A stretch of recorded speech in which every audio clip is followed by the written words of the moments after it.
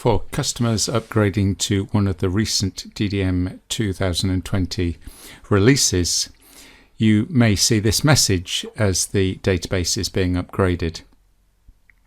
So this is for information only, it's not an error, and it's just informing us that two of the system groups in DDM have been removed. So delete item users and delete folder users. And these special system groups have been replaced with access controls, which we will need to configure once DDM has upgraded. So this first message is for delete item users, the second message is for folders, and then we'll let the database schema upgrade complete. Once DDM has upgraded, then we can log in as normal. And what we'll find after this upgrade is that users are not able to delete items. So if I have a look on my workbench where we have two work in progress parts reserved to me, if I try and delete this, you'll see that I get a message that I am not able to delete it. So we need to take a look at how we address this. Just before we do that, let's just take a look at folders. So if I create a new project folder,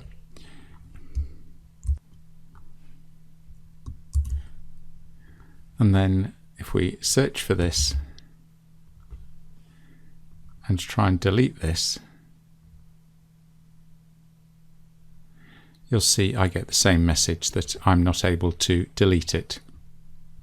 So if we log into DDM admin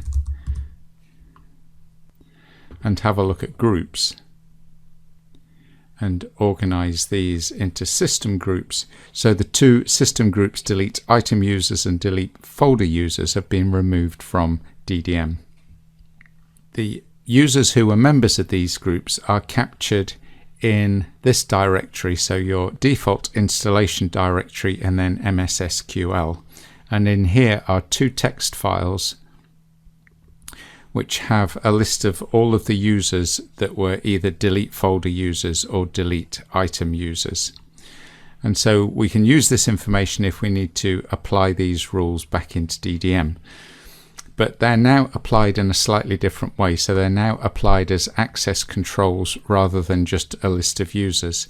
So if we have a look at the access controls for parts, documents and drawings, then these are the groups that have access controls set up for parts, documents and drawings. And if we initially edit the administrators group, then here we can see we have a new delete access control. For administrators, we're going to give full permissions, but then we need to look at the other groups that have been set up. And in this case, I'm going to take users and I'm going to allow users to delete items that are work in progress. So they're not able to delete anything that has been checked or released within the system. And if we've got different users in different groups, then we may need to apply those rules to the different groups. So in my case, I've got an approvers group and I'm going to set the same permission. We also need to consider folders. So if we look at the projects folder that I was working with, then we have the same situation. So these are the groups that have permissions on folders, and the group that I was working with initially was engineering managers. So if we go in here, we again can apply a delete access control for engineering managers at a state of active, and we may need to do that for other users as well. So we'll do it for administrators. And now that that permission has been set, if we go back into DDM and have a look at this project folder that we created, if we delete this, then I now have permission to delete it. So normal rules apply that we can't delete folders that have content in, and we must be a member of the group that the permission has been added to allow us to delete that folder. So if we remove this, and if we go back to the workbench and take a look at one of these items, again, the normal rules will apply that if this is used in any parent assemblies, then it won't allow me to delete it. And again, it has to be work in progress in this case.